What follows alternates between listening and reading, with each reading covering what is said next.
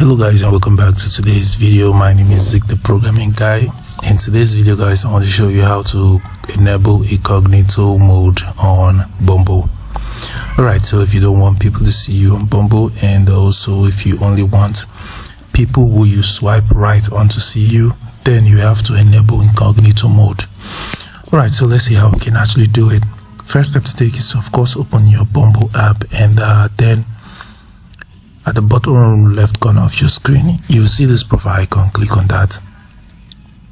So once you get to this place, you're going to notice the settings icon at the top right corner. Click on that, and then from here you are going to see the incognito mode. So what you just have to do is to turn the toggle button for that, and here it says you're officially incognito. So just click on got it, and that's it. So nobody's going to see you on Bumble. Only the people you swipe right on will see you. Alright, so that's it. So hope this guide was helpful. If it was, give this video a like and equally subscribe for more info tips like this. Thanks for watching guys.